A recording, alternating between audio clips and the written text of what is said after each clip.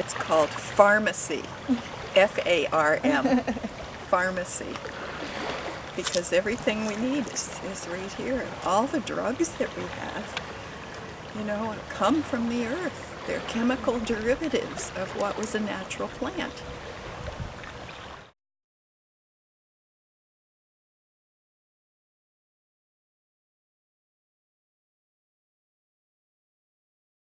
Basically, it's a spiritual center where people get together to study, to share teachings.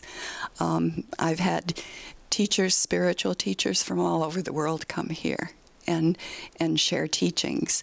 Stephen Thayer, who founded integrated energy therapy, he taught one of his very first classes here.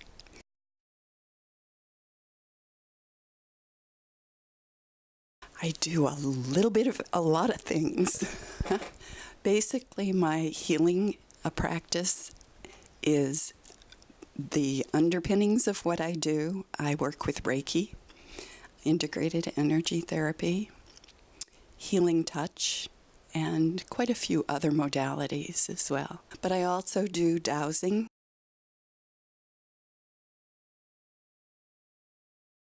Dowsing is a very ancient practice. After you met with the spirit of the land to ask permission, you would go out on the land and you would use these dowsing rods and you would hold them in a very neutral position and walk across the land. And the rods would cross when you come to a place that would be a good site. We also use dowsing to detect energy in people's energy fields.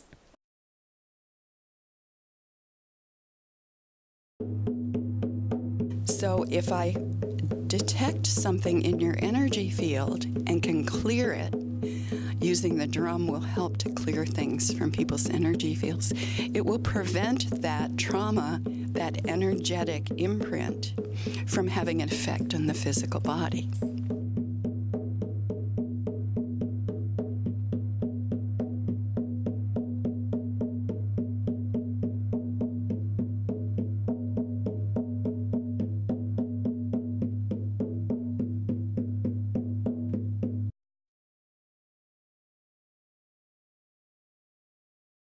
It's very good from a limited perspective, and part of the reason is that I don't advertise. I don't do any advertising, but it's still a limited amount of people who are ready to accept a guru, for instance, you know, into their lives because they don't understand it.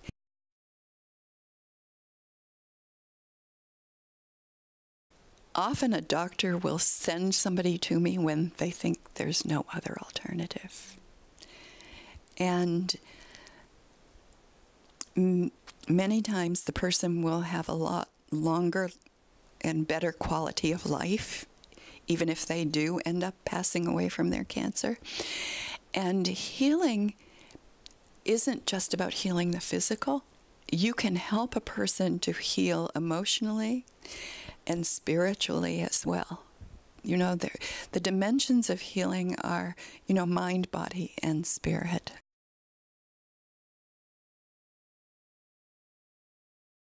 Resistance is an important piece. If people, it doesn't mean that it isn't going to work.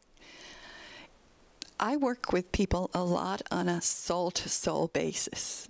So sometimes when there's resistance in the physical, you can say, you know, you can work with them and say, okay, well, let's do this, or do you want to do this, or, you know, do we go forward with this? And that may sound a little weird, but I'll explain. I have a story about a young woman that her mother got me to work with her when I was in France.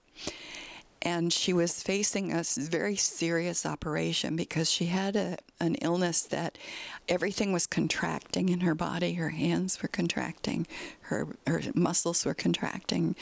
And they were hoping that this operation on her spine would essentially keep that from happening. And her mother didn't want her to have the operation. And she walked in the door And I heard her say to me mentally, "What am I doing here?"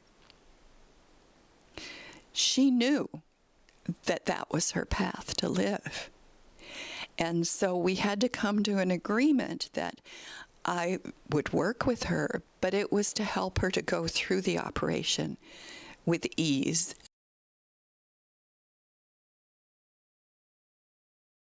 The most important thing about complementary and alternative medicine is that it's complementary, which means you can use it in addition to traditional medicine.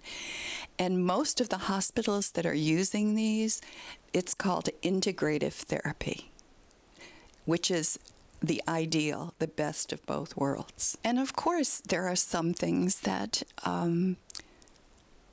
people are going to use the traditional medications because, they're specific for all types of conditions.